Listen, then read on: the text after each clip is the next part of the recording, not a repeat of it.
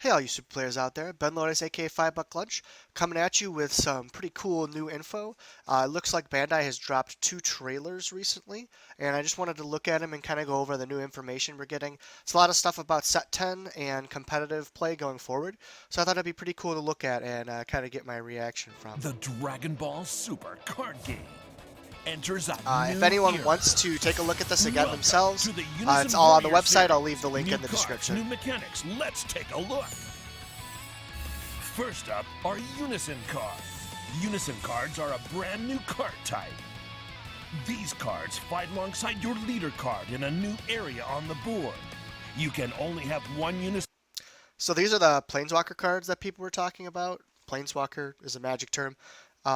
Basically, they act as another leader. It doesn't have all the information in here, but it tells us a pretty good idea of exactly what they can do and what you can do with them. Card in play at a time. Vegito and Gogeta, Goku and Bardock. Unison cards give you brand new ways to create your dream matchups. The X cost of Unison cards is any amount of energy. Your choice. So one thing with that, if you notice, it says the X cost is any amount of energy. I'm assuming since they still have the dots for specific energy costs, that you'll at least have to pay the 2 specific energy. That's how it works with pretty much every other card in the game. They don't specifically specify that, but I'm guessing that you can't just drop that card for 1 red. It has to be 2 red and then as many more energy as you want. We don't know that for sure, but that's just probably a pretty good indicator. Otherwise, I don't know why they would have the specific energy cost there. Unison cards enter play with markers equal to the energy paid. Each Unison card has fixed skills, which are activated by adding or removing markers. So as far as we know right now, it's not a once per turn. It hasn't been told yet. People are guessing that it has to be once per turn because if you look, the active main plus for this card is choose a leader card, it gets minus 5k power. One of your leader cards gets minus 5k power. So what that means is you could theoretically minus yourself infinitely to get infinite counters, which obviously would not be okay in the game. So I'm guessing that these actives on these cards are once per turn. And my guess is it's either effect once per turn because that's how the Planeswalkers of Magic work. But we'll have to see going forward. That pretty much confirms that you can't just do these as many times as you have counters, though. The more markers required, the more powerful the skill. Unison cards bring a new strategic dimension to the game. Dragon Ball Super card game will never be the same. Fan favorite characters from never-before-seen sagas are joining the fight. So a couple important things since they talked about those Unison cards and they're finished with that now. One, you can only have 1 on the field at a time. So filling your deck with Unison cards probably isn't a good idea. You'll probably be playing like 4 or 5 max if you're playing any. Another important thing is it looks like they have specific energy costs, so I'm guessing you can't just drop them for 1, which will help with the balance a lot. It doesn't say in there yet whether, like, how you kill them or stuff, but the going theory is that you kill them like a regular battle card, like you just attack them. But we'll have to see if there's extra protections. We're still waiting on a little bit of the details. But as you'll see later, we're actually going to get some early, so we should get these rulings sooner rather than later. Sin Shenron and Hei Shenron make their diabolical debut. Sin Shenron gets a Unison card too. I know a lot of people have been looking forward to the Shadow Dragon saga, so hopefully you guys are looking forward to that. A couple guys at my store have been waiting a while for them, so. Even better, SS4 Gogeta makes his long-awaited debut in the secret rare slot. So that's interesting. So we know that one of the secret rares in the set already, and I'm guessing one of the secret rares is going to be a Unison card, if not all of them, since the that's like the big theme of the block, and they want to get that going right away. In a surprising twist, GT Sun Goten and Trunks fuse to form adolescent Gotenks. Original game characters Mira, Toa, and Mechikamura are ready to cause chaos with Zeno versions of popular villains. Frieza Zeno and Cell Zeno bring... So I really like the black decks in this game, so I'm kind of excited to see more Mira, Toa. I'm hoping this is the black deck right here. Should be pretty cool. Madness to the first release. And here comes Vegeta, the Potara fusion of Vegeta Zeno and Trunks Zeno. Prepare to be surprised. The Unison Warriors. So if we look They said this is like Unison Warrior specific. So not only do we see a lot of the Union things, but we got a Zamasu card, the Shenron stuff, and it looks like they're going real heavy into some of the side. Like since a lot of the Unisons aren't technically canon, it'll probably be a lot of that stuff where we see things from video games and movies and like fusions that weren't in the actual Series show. features some of the wildest characters in Dragon Ball history. We're also changing up deck construction. Decks are still limited to 1 leader card, but can now include up to 60 cards. So this is something really important because this is different than what they told us originally. CSAT says minimum 50, maximum 60. So my guess is that means you can still play a 50 card deck, which is not what they told us. They told us it was just going to be a 60 card deck. We'll have to see. That might just be like a miss. These videos aren't always the best when it comes to like rulings and things, so we'll have to see. But according to what they're showing us here, we should still be able to play a 50 card deck, which is very, very different from what we were originally told. More cards means more freedom, more strategy, and more room for Unison cards. And don't worry, all your old cards are still legal. Unison Warrior Series first products. The Unison Warrior Series launches in June alongside 3 starter decks. Each starter retails for $9.99, an ideal price point for new, experienced, and returning players. All right, so that told us they're changing the structure deck pricing to be more in line with all the other card games. Instead of being $12.99, they're $9.99. I don't know if that means they're going to take some of the foils out, or obviously the expert decks won't come with packs anymore, which was honestly always kind of pointless in my opinion. It was kind of a cool concept, like getting a pack with your structure deck, but I mean, if you're just buying it for the cards in the structure deck, it's kind of whatever. Rise of the Unison Warrior includes 292 cards, including more SRs than ever before. So that's an interesting statement. So they're saying, I don't know if this is actual representative of how many SRs, but if there's less SR or more SRs in the set, each SR is harder to get, just mathematically. So it will be harder to pull certain SRs, meaning they may be worth more money or / harder to get your sets Get of. this, every booster box includes 1 SR or SPR. Building a collection has never been easier. So I don't know what that means. So it says each box will have an SR and SPR. Does that mean like you won't have an SPR in every box anymore and the SR will take that slot? Or it could mean instead of box toppers, you basically just get 1 free SPR or SR in addition to whatever you get in your packs.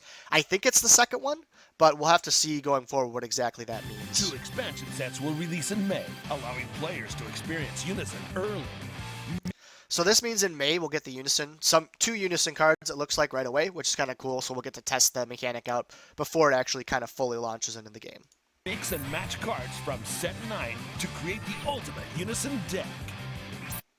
One thing I noticed that's pretty cool. So Universe 11 it looks like here, and what was the other one? Universe 11. Wait, was it both Universe 11? Hold on. It's Unison early. Mix and match cards.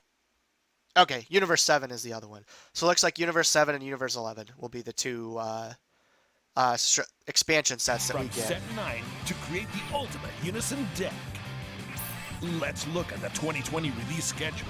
The Unison Warrior Series marks the end of blocks. The block structure is being phased out in the move to this new series. So what that means, they said the block structure is being phased out. And for those that don't know, the old block structure was, I think it was either every 2 sets or every 4 sets. I can't remember. They were around a theme. For example, like Overrealm was a block theme. So we had several sets in a row that all had Overrealm mechanics in them, and then they stopped.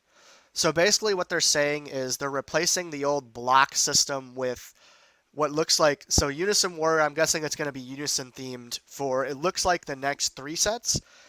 Functionally, it's not going to change much other than it looks like it's 3 sets instead of 4 sets.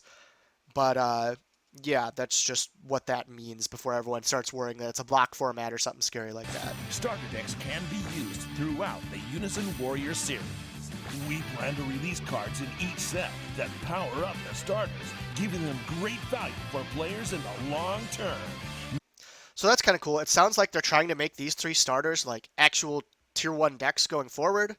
We'll see. That'd be kind of an interesting way where you can buy your structure deck with the first set, and then rather than buying more structure decks with the second and third sets, you just get more cards that help that deck, which is what it sounds like they're trying to do.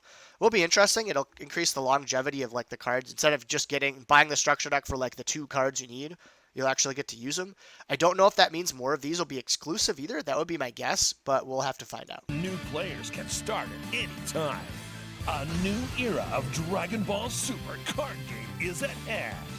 Stay tuned for more info. So they use the term "a new era" a lot. It sounds like they're changing a lot of kind of the how they approach certain products, which will be interesting going forward. I actually like most of the changes they have in there. The Unison cards will be really interesting to use, and I want to go into the second video as well. It's probably a little less interesting because it has to do more with like tournament structure and like how your locals will be run and stuff like that. But I think it's really interesting June, and something that you don't Ball always Super see. Card game powers up with You don't always see it from just going and playing at a locals. the new Unison Warriors series. And Bandai's organized play support is getting mightier to match. Here's what the new and improved Budokai Card Club has to offer. First, the BCC side is getting a huge update in Budokai Card Club is to organize play, by the way, if you don't know that. It's kind of a weird March. name. Tournament organizers will find it easier than ever to manage and run events.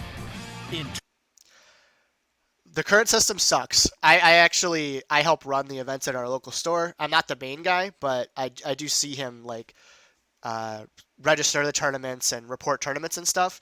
And it's a big pain. Ordering tournament packs is a big pain, which we'll see they're fixing that controls too. and enhanced usability means less stress for organizers.